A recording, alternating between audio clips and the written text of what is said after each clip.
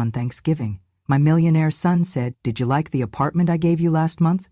I said, "What apartment?" My gold digger deed froze and tried to smile, but I pulled out the only deed that mattered. The kitchen glowed under soft pendant lights and flickering candles, casting warm shadows against marble countertops and polished glassware. Everything gleamed, from the imported wine glasses to the decorative silver trays that had never once seen a fingerprint. The guests were seated in a meticulously arranged dining room, chatting politely and sipping aged wine while a classical playlist whispered in the background. I stood quietly by the oven, pulling out the turkey. The scent of rosemary and thyme filled the air, but it was overpowered by something colder: contempt. My hands trembled slightly as I adjusted the roasted bird on the porcelain platter, years of arthritis making even the simplest motions feel like tasks of endurance. I turned around to carry the turkey toward the table. Victoria, my daughter-in-law, was already entertaining the guests. She wore a velvet crimson dress, her makeup flawless, her voice just loud enough for everyone to hear. She caught sight of me entering the room and gave me a glance, as if she were inspecting something beneath her standards. Then, without missing a beat, she smiled at the guests and said, "I ordered premium catering this year. If the food smells like old people's sweat, our guests might think this is a nursing home, not Thanksgiving." A few people gave tight-lipped chuckles. Most looked down at their glasses. Not one person spoke up. I said nothing. I just turned slowly and placed the turkey in the center of the table. My shoulders remained straight, my face unreadable. I had not survived decades of hardship just to flinch at a petty insult. The front door creaked open. I turned my head and saw Luke, my son, my only child. He walked in with a small wrapped box in one hand and a bouquet of winter lilies in the other. His eyes scanned the room, landing on me within seconds. A flicker of something passed over his face: concern, confusion. He stepped forward and hugged me. "Mom," he whispered, have you been okay?" I nodded without speaking. His arm brushed against my wrist, and I saw his eyes widen when he noticed the purple bruise near my elbow, barely hidden by the sleeve. His hand moved to my thinning hair, and he paused, touching a small bald patch. "You have not been eating well. Have you been losing sleep?" "Mom, you look different." Victoria approached us with a glass of wine in her hand. She looped her arm through his and kissed his cheek. "She is just adjusting to retirement, sweetheart. We all do." Luke pulled slightly away from her. His eyes remained on me. "I was just asking if Mom got the apartment." I blinked. "What apartment?" He frowned. "The one I had delivered to you last month. It is on Elm Street near the park. It has that big balcony you always dreamed about." Victoria's voice sliced in quickly. "Oh, that place? That is ours now. Your mom gave it to me. She signed it over weeks ago. You were traveling, remember?" I stayed still. My heart thudded, but not from shock, only anticipation. It had begun. Luke turned fully toward her now. His voice lowered, but the edge was unmistakable. "Really? She gave it to you? Or have you been mistreating her while I was away?" The room froze. Conversations died. Cutlery stopped clinking. Eyes turned to us, some curious, some awkward, a few downright uncomfortable. Victoria's smile tightened like a noose. She looked around, then gave a nervous chuckle. "Honey, what are you talking about? This is Thanksgiving, let us just eat." But Luke's gaze did not move, and mine never left her face. She had spoken, and now finally I would answer. I was 23 when I found out I was pregnant with Luke. His father left the same day he found out, saying he was not built for this kind of life. I never saw him again. I do not remember crying much, not because it did not hurt, but because I could not afford to. The rent was overdue, my shoes had holes in them, and I had one can of beans left in the pantry.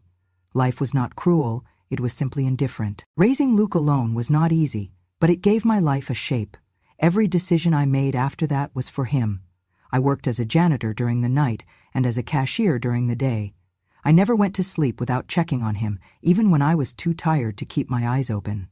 There were nights I skipped dinner so he could have seconds. And somehow we made it. Luke was a bright boy. He never once complained about secondhand clothes or peanut butter sandwiches. In fact, he used to tell me, "Mom, when I grow up, I'm going to build you a house where you won't ever have to wash a single dish again." He kept that promise. Luke became successful, more than I could have imagined. He graduated with honors, started a software company with 2 of his college friends, and within 5 years he was a millionaire. When he bought his first home, a glass-covered mansion with a pool I would never swim in, he made sure to build a separate suite just for me. He said it was my sanctuary, and for a while it was. When he introduced me to Victoria, I admit, I tried to be optimistic. She was beautiful, well-dressed, and came from a family with more money than kindness. She shook my hand and smiled at me, as if she was doing me a favor. But I stayed silent. I had learned a long time ago that time reveals more than questions ever could. At first, things were fine. I stayed out of the way, cooked a few meals when they were too busy to think, tended to the garden, and read my books on the balcony. Luke traveled often for work, but he always checked in. I lived quietly, gratefully, until the day everything changed. It was a Tuesday morning, barely past 7. I was making tea in the kitchen when Victoria walked in wearing a silk robe and holding her phone. She did not look up when she spoke. "Why do you always touch the dishes?" "I told the maid to do that. Honestly, it is embarrassing." I looked at her, unsure if I had misheard. "I just wanted to help. I do not mind," she scoffed. "Of course you do not. You are used to scrubbing floors, right? I mean, what else are you good for?" I swallowed my words and returned to the kettle. I remember the whistle starting to rise, a shrill sound that seemed to match the ringing in my ears. From that day forward, her tone changed. When Luke was home, she was polite, almost sweet. But the moment he left on business trips, she turned into something else entirely. She stopped pretending. She started calling me names. She would say things like, "You are just a guest here, a burden, a freeloader." Sometimes it was worse. One afternoon I was wiping the windows when she stormed in and pushed me out of the way. I stumbled backward and hit my hip on the edge of the counter. She leaned over me and hissed, "You better watch your step, old woman. You're getting clumsy." When Luke called that evening, I told him I was fine. I always told him that. I told him I was just tired, or maybe the floors were slippery. I did not want to worry him. I thought I could handle it. But the bruises started showing, on my arms, my ribs, my back. The nights grew longer and sleep became harder. I stopped eating dinner when she was home because her glares made the food taste like ash. She would throw out the meals I cooked and order takeout, then laugh. "You should thank me, your cooking smells like regret." Still, I said nothing. But I began documenting. I bought a cheap diary and wrote down every insult, every shove. Every morning I woke up with a new bruise. I saw a doctor and kept copies of every visit, notes about my weight loss, insomnia, and injuries. When Victoria left her tea box on the shelf one day, I switched it with one that had a small camera embedded in the lid. I did not even tell Luke. Not yet. Because I knew what she would say. I knew her kind of cruelty. Smart, calculated, always 2 steps ahead.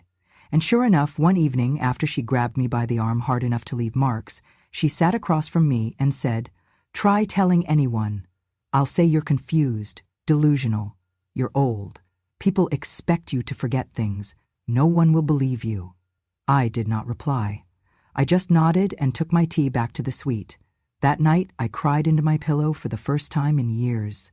Not from pain, not even from humiliation, but because I realized something painful. I had raised my son in a world too busy to teach him how to see the quiet suffering of others. That realization sat with me for weeks. But slowly, I began to change. I became quieter, but not out of fear. I started listening more, to her patterns, to her lies, to her mistakes. I made copies of the video files and sent them to my personal email. I created a folder on a USB drive labeled Receipts. I made sure it was encrypted and backed up twice. I never fought her, not with words or fists. I fought her with silence, with patience, with the slow, steady rhythm of a woman who had been underestimated one too many times. Luke kept checking in. "Mom, you sure everything's all right?" "Yes, sweetheart. Just a little tired lately." "You want to move into that new apartment near the park?" "Maybe soon. Not yet." He believed me, because I had never lied to him, because he had never learned what it looked like when someone you love is being slowly erased. But I had. I had seen it in my mother. I had seen it in the neighbors who never spoke up. and now I was living it. So I waited. I waited for the moment to arrive. I knew it would. I knew the woman who mocked me with her wine glass would eventually grow greedy enough to slip. And when she did, I would not scream. I would not cry. I would simply show the world what she had forgotten, that the quiet ones are not weak. They are just waiting. The fever came out of nowhere. One morning I was fine. By evening I was curled up in bed, trembling under 2 blankets, sweat soaking through my nightgown. I do not remember much from those 2 days, just flashes of voices, cold compresses on my forehead, and Victoria's perfume lingering each time she entered the room. I was too weak to move, too delirious to speak clearly, and I trusted they would just let me rest. I woke up on the 3rd morning to find a clipboard resting on the bedside table. "Just some paperwork," Victoria said, setting down a bowl of lukewarm broth I had no appetite for. "Standard home insurance updates. Luke wanted us to handle it while you were resting." My eyes were still adjusting to the light. My hand, frail and trembling, reached for the pen she pressed into my palm. She guided my hand to the signature line. "Just sign here, Mom," she said, her voice unusually gentle. "We'll take care of the rest." I signed. My vision blurred with heat and fatigue. I could barely spell my name, much less comprehend the fine print. When I set the pen down, I saw her smile. Not one of gratitude, but of satisfaction. A quiet, dangerous satisfaction. And then she left the room. It took me nearly a week to recover. I kept asking for the documents I had signed, and each time Victoria would deflect. It was nothing important, she said. Luke already filed it. But something gnawed at me. One night, after everyone had gone to bed, I tiptoed downstairs to the office. The cabinet was locked. I was not surprised. Victoria was careful, almost obsessively so. But she forgot about the old printer, and tucked beneath it, in the paper tray, was a copy of what I had signed. It was not an insurance update. It was a transfer of ownership. Not just of the new apartment Luke had mentioned, but of the house I lived in. The house Luke had deeded to me years ago, the one he said would always be mine. And my signature was there, at the bottom, in shaky ink, but next to it, another form, a life insurance policy naming Victoria as the sole beneficiary in the event of my death. My hands shook so violently I had to sit down. I stared at the documents for over an hour, memorizing every line, every lie. This was not an accident. This was a strategy, and she had executed it while I was barely conscious. I did not confront her. Not yet. Instead, I began to gather everything. I contacted Luke's old attorney under the guise of updating my will. I requested a certified copy of the original property deed Luke had filed years ago. The document arrived 3 days later, crisp, official, and unmistakable. The house was mine, not co-owned, not held in trust. Mine. I made 5 copies and stored them in different places, one in a lockbox at the bank, one inside a hollowed-out book on my shelf, one on a USB drive taped to the bottom of my vanity drawer. I did not know yet how far Victoria would go, but I knew now exactly what she was after. She began acting bolder after that. One afternoon she walked into my room without knocking and began measuring the walls. "Thinking of repainting," she said casually. "This pale blue makes the room feel like a hospital. Maybe something more modern, charcoal or rust." I said nothing. Then, a few days later, she told the housekeeper to stop cleaning my suite. "We need to cut back," she explained. "Mom doesn't mind doing her own chores. It keeps her young." Every little change was another brick in the wall she was building, one where I no longer existed. She began referring to the house as our property when speaking to guests, and one evening I overheard her whispering on the phone. "Once everything's finalized, we'll be able to put it on the market." I just have to keep her calm a little longer. I wrote down every word in my journal. When Luke came home for a short visit, she smothered him with affection. She poured his wine, laughed at his jokes, even played his favorite music in the background. He never saw through it, and when I tried to tell him something felt off, he waved it away. "Mom, you're just not used to sharing space. Victoria means well. Maybe give it time. Give it time." As if time ever fixed a rotting foundation. That night, I stared at the ceiling and made my decision. I was not going to run to Luke with half a story and no proof. I was not going to be dismissed as emotional or confused. I was going to let her finish her painting, set the table, invite the guests, and then I would show them what she had built, brick by fraudulent brick. I bought a small projector, the kind that could plug into a phone. I gathered my video clips, my audio files, my medical reports. I printed everything she had forged. I hired an independent handwriting analyst who verified that my signature on the transfer documents had been manipulated, copied, and smudged. Then I made an appointment with Luke's lawyer. I handed him everything. He sat in stunned silence for nearly 30 minutes. "Do not tell Luke," I said. "Not yet. I need him to see it. All of it, with his own eyes." He nodded. "Thanksgiving?" "Yes," I said. "Thanksgiving." It was fitting. A day meant for gratitude, for family, and this year it would finally reveal who was truly sitting at the table and who had been trying to steal the house where the table stood. In the weeks leading up to the dinner, I remained silent. Victoria continued her games. She told the gardener to remove the rose bush I planted for Luke's high school graduation. She swapped out my framed photos with minimalist art prints. She even told a friend during brunch, "She is not going to be here much longer. The new place will be easier for her." I smiled when I heard that, because she was right. I was not going to be there much longer. I was going to reclaim what was mine, and when I left, it would not be through a back door with a suitcase and shame. It would be through the front door with my name still on the deed and hers in the hands of the police. The countdown had begun, and I was ready. Thanksgiving morning arrived with the kind of stillness that always precedes a storm. I awoke before the sun rose, dressed carefully in the soft lavender blouse Luke had gifted me 3 birthdays ago, and brushed my thinning hair until it settled in its usual gentle waves. I looked into the mirror, not to admire but to remember. I needed to know who I was before the day unraveled, what others thought they knew. Victoria had transformed the house.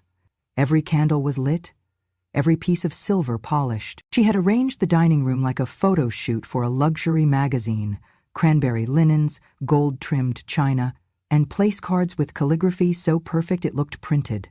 I was assigned a seat at the very end of the table, near the kitchen door. Out of the spotlight, out of the way. That was her mistake. I took my seat and watched as guests filtered in. Friends, colleagues, extended family members. Laughter filled the air like smoke. Light at first, then suffocating. I smiled and nodded politely, gripping my phone in my lap like it was a crucifix. Victoria stood near the head of the table, glass in hand, beaming. She wore emerald green, the same shade as envy, and her smile never faltered. "I hope everyone is enjoying the spread," she said. "It's all catered, of course. I didn't want anyone overexerting themselves, especially Mom here." There were chuckles. I smiled again. Then she said it. "Oh, and just in case anyone's wondering, we finally renovated the back suite. It was long overdue. After all, the house is ours now." She turned to me, voice syrupy. "Right, Mom? You gave us the house months ago, remember?" The room went silent. It was not the silence of confusion.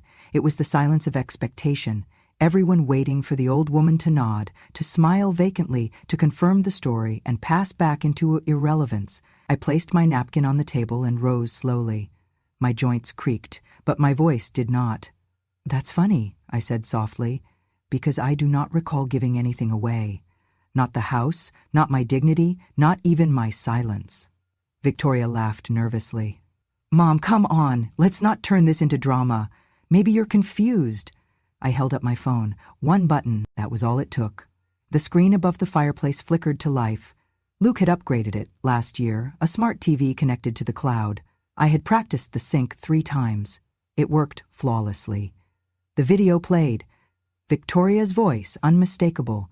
"You better watch your step, old woman." Another clip. "I'll say you're confused, delusional. You're old. No one will believe you." Another still. Me curled in the corner of the kitchen after she shoved me, gripping my side, breathless. Gasps echoed. Someone dropped a fork. I did not flinch. Victoria froze, her mouth open mid-breath, then snapped toward me. "You filmed me? You set me up?" I kept my eyes on hers. "No," I said calmly, "you set yourself up. I simply documented what you never thought anyone would care to see." Luke stood slowly. His face was pale, lips parted, eyes wide. He looked from the screen to Victoria, then to me. "I trusted you," he whispered. Victoria stepped forward. "She's twisting things. You know how she is, how forgetful she's become." "Enough," I said. I reached into my handbag and pulled out the original deed, official, notarized, and crisp as the day it was filed. I walked to the center of the table and laid it flat for everyone to see. Then I opened a small envelope and pulled out the forged transfer document. I placed them beside the deed. Luke's lawyer emerged from the hallway. He had arrived 30 minutes prior, at my request, and waited in the guest room until I texted him. "Everything here," he announced, tapping the documents, "has been reviewed. This is the authentic deed, and it confirms full ownership remains with Mrs. Harper. The secondary documents are fraudulent, manipulated signatures, altered dates. Charges are pending." Victoria stumbled backward. Her heel caught the edge of the rug and she sat down hard in her chair. She stared at the papers like they were foreign objects. Her hands trembled. Someone at the table coughed. Another shifted uncomfortably. Luke remained still. "You lied to me," he said finally. "You lied about my mother, about everything." Tears welled in Victoria's eyes, but no one reached for a napkin. No one offered sympathy. "I thought you loved her," he continued. "I thought we were building something, but all this time you were building it on her bones." Victoria looked around, but no one met her gaze. The room had turned. Luke stepped toward me. "How long have you known?" I looked up at him. "Long enough," he nodded slowly. "Why didn't you tell me sooner?" I looked over at the guests, at the people who had laughed at her jokes and ignored my bruises. I looked back at my son, whose eyes now burned with grief and regret. "Because it is not about telling," I said. "It is about showing, and sometimes the truth needs a crowd." He bowed his head. Victoria tried to speak again, but Luke raised his hand. "Do not," he said, voice tight. "Do not insult her by pretending any longer." Victoria began to cry, softly then louder, until her shoulders shook, but no one moved to comfort her. She had curated this audience. She had chosen the spotlight. Now she had to stand in it. The lawyer gathered the documents. "I will file the injunction in the morning. Expect a court summons by Monday." Victoria sobbed harder. I turned to the guests, my voice steady. "Dinner is still warm, but if anyone has lost their appetite, I understand." I sat back down, my hands resting gently on the napkin I had folded earlier. Luke did not move. He just kept looking at me with an expression I had not seen since he was a child, one of awe, one of deep, unspoken sorrow. "Mom," he said, his voice breaking, "I did not know." "I know," I replied. "That is why you needed to see." Outside, the sky had darkened to a quiet gray. Inside, the storm had passed, but the wreckage remained. And I, the quiet woman at the end of the table, finally felt seen. Victoria did not say a word the rest of the evening.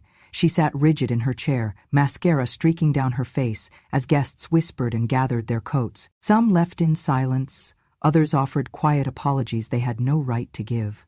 Luke did not speak to her again. He simply walked to the kitchen, poured himself a glass of water, and stared out the window, as if trying to remember how all this began.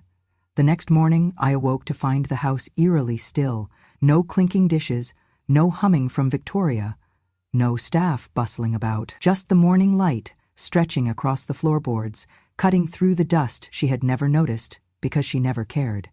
I heard the door close downstairs, followed by Luke's voice. "She is gone." I turned. He stood in the doorway, holding the deed I had placed on the table the night before. He looked tired, older somehow. "She left around dawn, took one bag, said she was going to stay with a friend. I did not ask who." He placed the deed on the counter beside the coffee pot and sat down across from me, his hands folded tightly. "I filed for divorce this morning." I nodded slowly. "And I sent everything to the police." That made me pause. "All of it?" He nodded. "I met with my attorney before sunrise.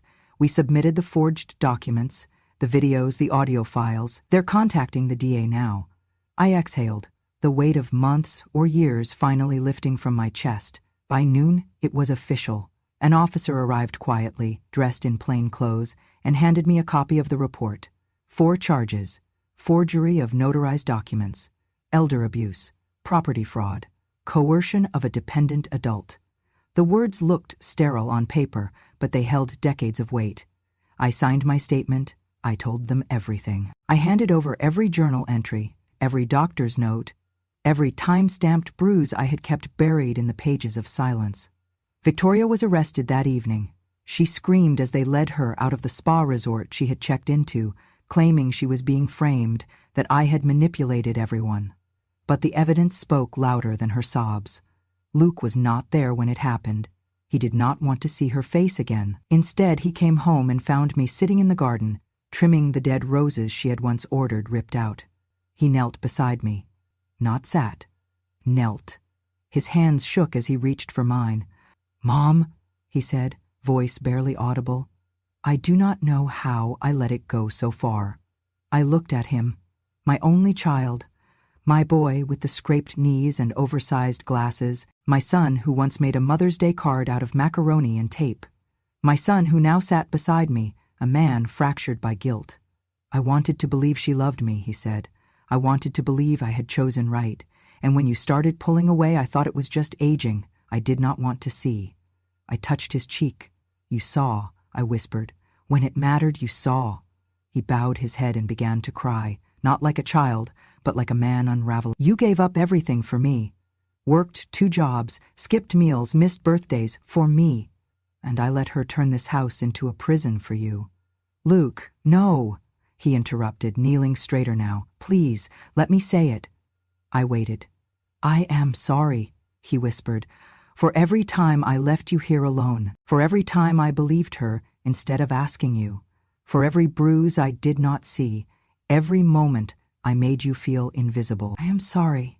Tears welled in my eyes, but I did not cry. I had cried enough. Instead, I leaned forward and pulled him into my arms. His body shook against mine, his breath caught in his throat like he was choking on years of regret. "You came back," I said into his hair. "That is all that matters now." He pulled back, eyes swollen, face soaked. "Do you forgive me?" I smiled gently. "Forgiveness is not something I give," I said. "It is something you earn, one day at a time." He nodded, and in that moment, I knew we were going to be okay. The days that followed were quiet. Luke moved into the guest room and began clearing out Victoria's belongings. He donated her designer dresses, boxed her jewelry, and deleted her from every shared account. The house breathed differently after that, lighter, freer. He cooked me breakfast every morning, just eggs and toast, but always with a smile. We sat on the porch in the afternoons, sipping tea and watching the leaves turn. He read the paper aloud, asked me about my favorite books, told me stories from work I never knew he remembered. The investigation moved quickly. With overwhelming evidence, Victoria was denied bail. Her lawyer tried to negotiate a reduced sentence, but the prosecution was relentless.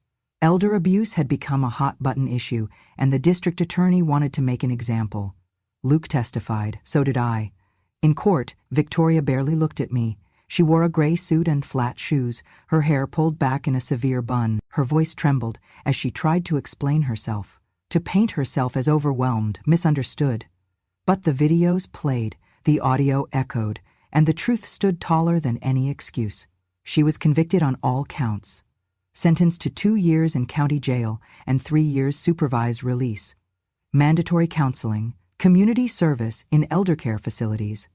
Her professional licenses were revoked. Her name, once synonymous with polished charity galas and luxury spas, now lingered in the air like smoke from a ruined feast.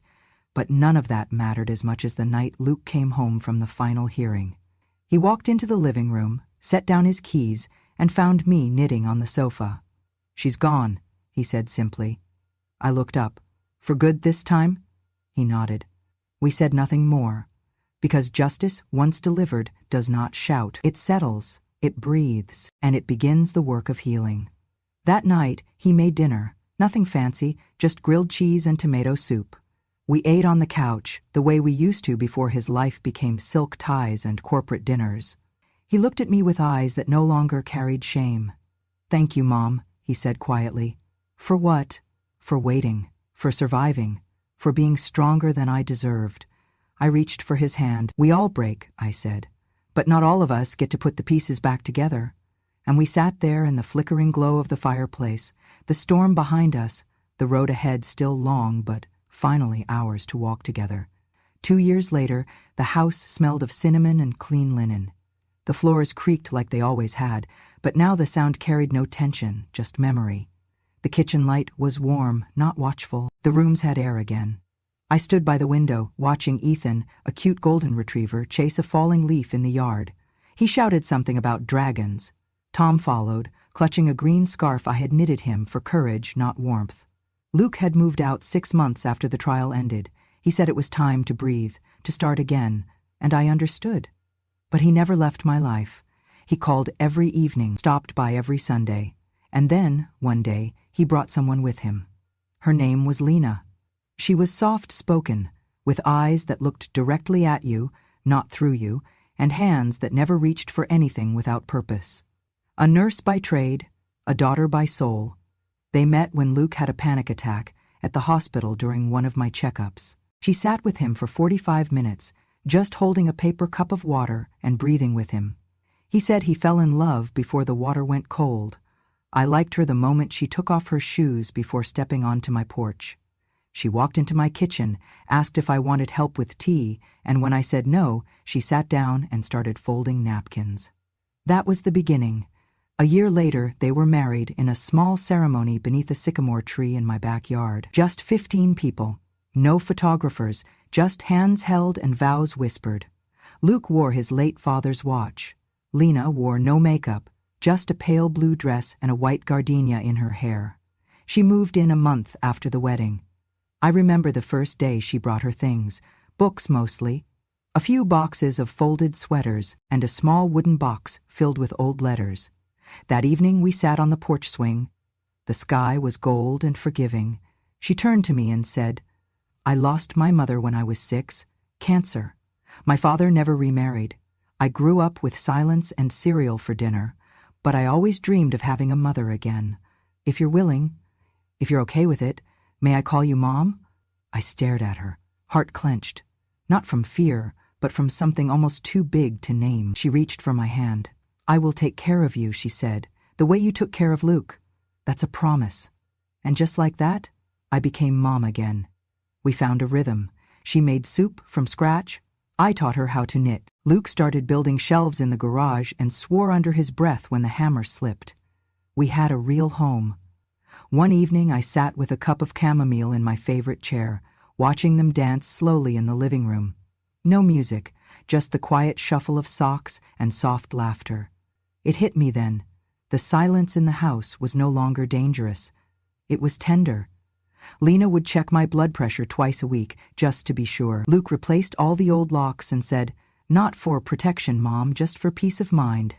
They painted the guest room yellow. I planted tulips. We kept the curtains open. Sometimes the past tried to sneak back in. A bad dream, a shadow at the edge of memory. But every time, Lena would come in with warm hands and say, "You're safe now, Mom. You're home." One afternoon, I found a note taped to the fridge. It was from Luke. "Dinner's in the oven. Lena's bringing home apple pie. You don't have to lift a finger. We love you." I stood there for a long time, holding that note. My fingers shook, not from age but from joy, a kind I had not tasted in decades. This wasn't a second chance. This was the first time I truly felt chosen. As the seasons passed, our lives unfolded in the quiet beauty of ordinary days. We took evening walks. We hosted small dinners with real laughter. We celebrated birthdays not with extravagance, but with sincerity. I received handmade cards, kisses on the forehead, and a new wool shawl for Christmas, blue, soft, and warm. I had spent so long surviving I had forgotten what it meant to simply live. Now I did. And each time I passed the front window and saw them, Luke reading, Lena humming in the kitchen, I whispered a quiet thank you to the silence, the stillness, the peace that had returned, not as a guest, but as family. This house, once weaponized by cruelty, was now a sanctuary, and for the first time in my long, storm-weathered life, I was not waiting for the next blow.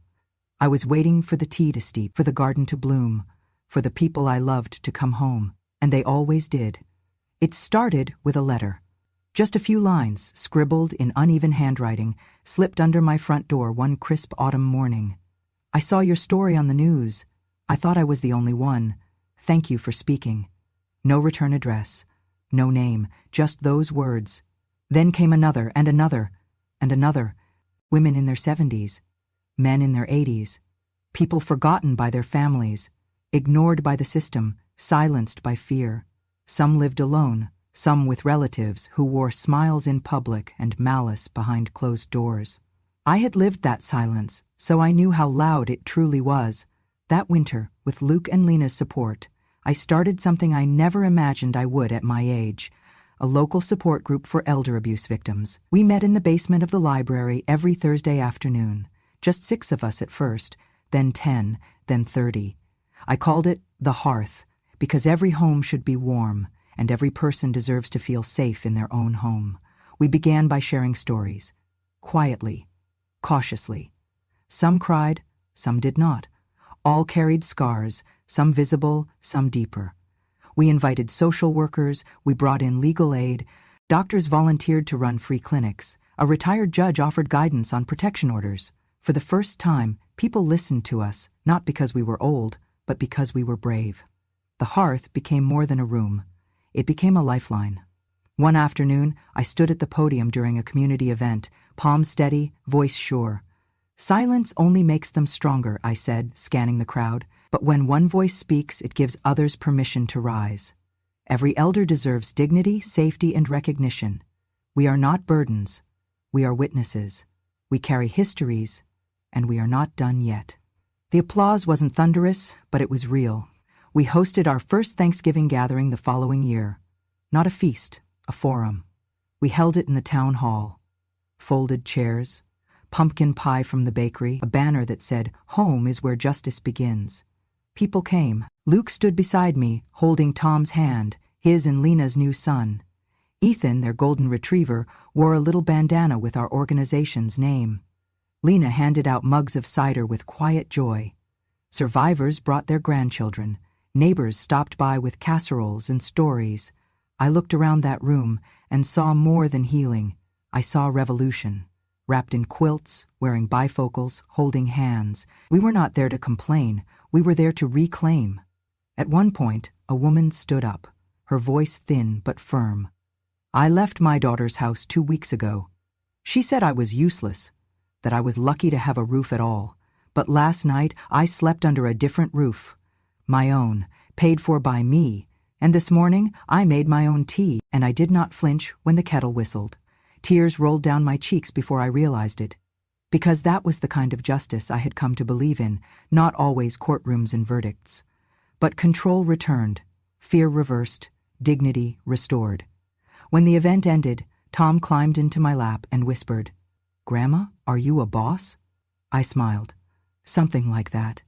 We took a photo under the banner, all of us, a family born from blood, from choice, from survival, and behind us stood the people we had reached, faces once dulled by fear, now lit with something fiercer, hope. That night, as we walked home, Luke said softly, "You changed things, Mom." I stopped. "No," I said. "We changed things. Together. Because in the end, it was never just about taking my house back. It was about making sure no one else lost theirs, not to violence, not to silence, not to shame." And from that small room, in a quiet town, we kept the fire burning. The sun had begun to dip, casting long shadows across the porch where I sat with my knitting. The yarn was soft between my fingers, seafoam green, the color Lena said reminded her of peace. I told her once that it reminded me of the ocean I used to dream about but never saw. She said, "Then let it be the ocean you own now." I was halfway through a scarf for Tom. He said green made him run faster. I told him it would make him braver, too. Around me, the world no longer spun in chaos. It moved with the quiet grace of recovery. The front door creaked open behind me. "Grandma!" Ethan called, clutching his soccer ball. "Can I kick it to the tree?" "Not if the tree kicks back," I said with a wink. He laughed and bolted across the yard, legs all mischief and motion. From the kitchen I could hear Lena humming as she stirred something on the stove. The scent of cinnamon and cloves curled through the air. Luke stepped out onto the porch, carrying 2 cups of tea. He handed me mine, sat on the steps, and watched his son dart through the yard. "He never stops," Luke said, smiling, "just like you." I smiled without speaking. He turned to me slowly, his voice suddenly quieter. "Mom," he said, eyes glassy, "I see you. All of you. What you endured. What you carried. I used to think strength was noise. Now I know. It is what never needs to shout."